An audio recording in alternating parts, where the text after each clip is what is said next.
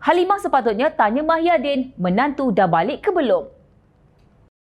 Berbicara tentang peruntukan kepada pembangkang, Timbalan Perdana Menteri Datuk Seri Fadilah Yusof mendedahkan hanya Ahli Parlimen Muar Syed Saddiq Syed Abdul Rahman yang datang berjumpa beliau bagi membincangkan soal peruntukan untuk wakil rakyat pembangkang. Beliau sebaliknya berkata, Perikatan Nasional PN masih belum berbuat demikian, termasuklah menulis surat berhubung perkara tersebut.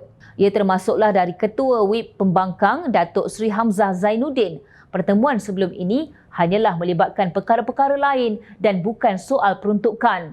Katanya semasa sidang akhbar Isnin lalu, selepas diminta mengulas mengenai pertemuan antara pembangkang dengan kerajaan melibatkan agihan peruntukan. Media tempatan sebelum ini melaporkan peruntukan untuk ahli parlimen pembangkang akan disalurkan jika mereka bersedia untuk berunding dengan kerajaan berhubung perkara itu.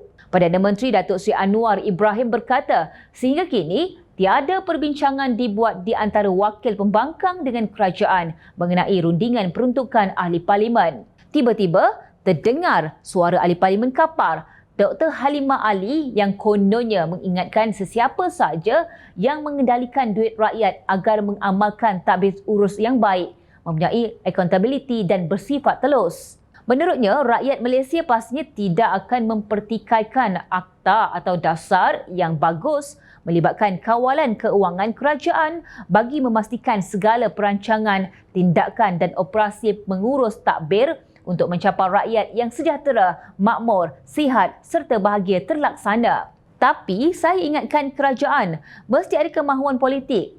Kita tahu Malaysia banyak terpalit dan popular dengan masalah ketirisan, penyelewengan dan kehilangan duit rakyat. Jadi, saya mahu kerajaan dan kita semua yang mengendalikan duit rakyat agar benar-benar cakap serupa bikin dan bikin serupa cakap supaya tidak ada ketirisan, menghapuskan korupsi, kronisme, nepotisme, rules of law dan tiada campur tangan politik, katanya. Beliau berkata demikian semasa sesi perbahasan rang Undang-Undang Keuangan Awam dan Tanggungjawab Fiskal 2023 di Dewan Rakyat semalam. Tambah Halimah, beliau turut mengalu-alukan akta yang ingin dibuat melibatkan peruntukan mengenai kebertanggungjawaban, tadbir urus dan ketelusan kerajaan dalam menguruskan keuangan awam dan risiko fiskal. Jelasnya, jika kaki tangan kerajaan dapat diterapkan dengan nilai-nilai murni dalam melaksanakan dasar berkenaan, mereka boleh melaksanakan tanggungjawab tanpa risau dengan arahan yang terbalik daripada prinsip dasar itu, iaitu tiada campur tangan politik ataupun wahyu. Apa yang cuba disampaikan Halimah? Sekiranya Halimah memaksudkan pengendalian wang rakyat, ia mungkin termasuk tentang peruntukan kepada pembangkang.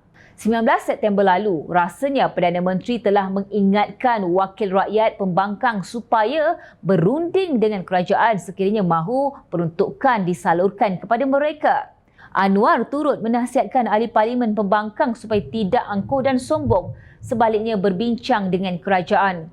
Beliau turut mengkritik dan menafikan kenyataan pemimpin pembangkang yang mendakwa tiada peruntukan diberikan kepada kawasan mereka. Tegas Perdana Menteri, peruntukan di kawasan dan rakyat tetap disalurkan melalui beberapa projek untuk rakyat.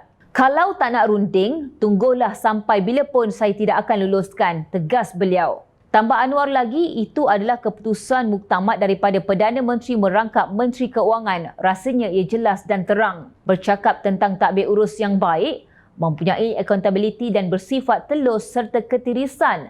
Kenapa Halimah tidak bertanya kepada pengerusi Perikatan Nasional Tan Sri Mahyadin Muhammad Yassin ketika beliau menjadi Perdana Menteri tebuk atap selama 33 bulan? Dan apabila Halimah berbicara tentang kronisme dan nepotisme, kenapa Halimah tidak bertanya kepada penasihat SG4 Tun Mahathir Mohamad yang dilihat sangat pakar dalam hal sedemikian?